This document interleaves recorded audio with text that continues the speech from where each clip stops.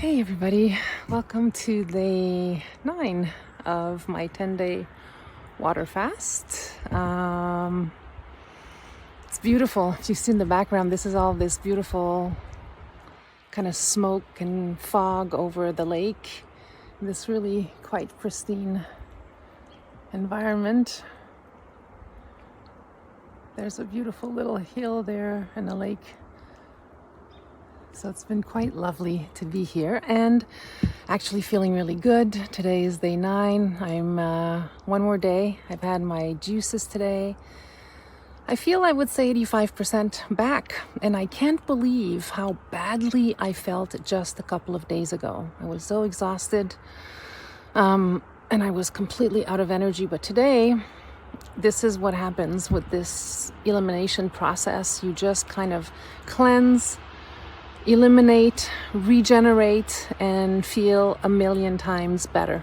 So today, on this note, I want to talk about this regenerating process through beginning to think about nourishing myself again, right? So I'm going back to my life, I'm going back to work, I'm going back to my weekly classes on YouTube with my team. And so I'm thinking about really starting to nourish myself in a much healthier way. And what's so important in the naturopathic way of feeding ourselves are the combinations of foods. That is, I would say, the number one thing that is most important. And so two of the things that we talk about a lot are acidic foods and alkalized foods. I talked a little bit about that yesterday. So I wanted to talk to you about acidic foods that you want to avoid at all costs. And I have some notes here. So your acidic foods look like, and the reason why we don't want acidic foods is because they're very hard to digest, right? So we're talking about animal protein, meat, obviously, eggs are included in that. Talking about dairy, all types of dairy.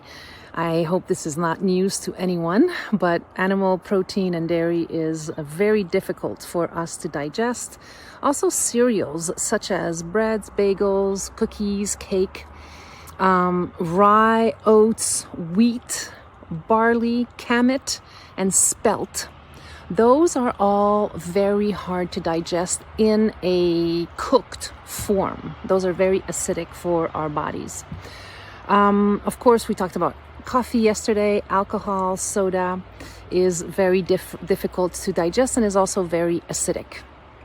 Now, for alkalized foods, I just want to share a few of them that you probably know of, but some you might be surprised. So the alkalized foods is because they contain all kinds of minerals, sodium, potassium, magnesium. Also, they have tons of enzymes, right? Tons of enzymes, which we need in our body, lots of vitamins, and they also, the vitamins also have fiber in them. So, what's good to eat? Well, my friends, no surprise there, raw vegetables, as much as possible, raw vegetables as opposed to cooked vegetables, because a lot of cooked vegetables lose all of their vitamins and enzymes. So we will really want to try to eat as raw or increase your intake of raw if you can. Fruits, of course, shoots, germinations, nuts, raw grains, not cooked grains. So for example, raw grains are millet, buckwheat, groats, kamut, raw kamut, quinoa, oats, spelt, and black rice. Wild rice, especially black rice, is really good and alkalizes in the body. And the reason why, let's see. Right. So for those of you who are thinking, oh no, raw makes me sick, or I can't digest raw. Well, you can maybe do a little bit of a steam or stir fry them or saute them so that you have al dente vegetables, so that you're not stuck with raw, but try to increase a little bit of raw. And the way you could do that very simply is to start making these really great wraps. You use lettuce, let's say Boston lettuce or romaine lettuce, and then you just slice up some carrots. You can slice up some beets, you can slice up some cucumbers, and you can even put in a little bit of raw algae. So if you like algae as I do, like seaweed and raw algae, you can use that as a little bit of a salty spice on your wrap. And then you create a very simple little side sauce that I'm going to talk about more and more over the next few days. I'm going to start to share some recipes with you about what you can eat that's fully alkalized, 100% healthy. And the reason why we're doing all of this, remember, is for your digestive system. It's not to lose weight.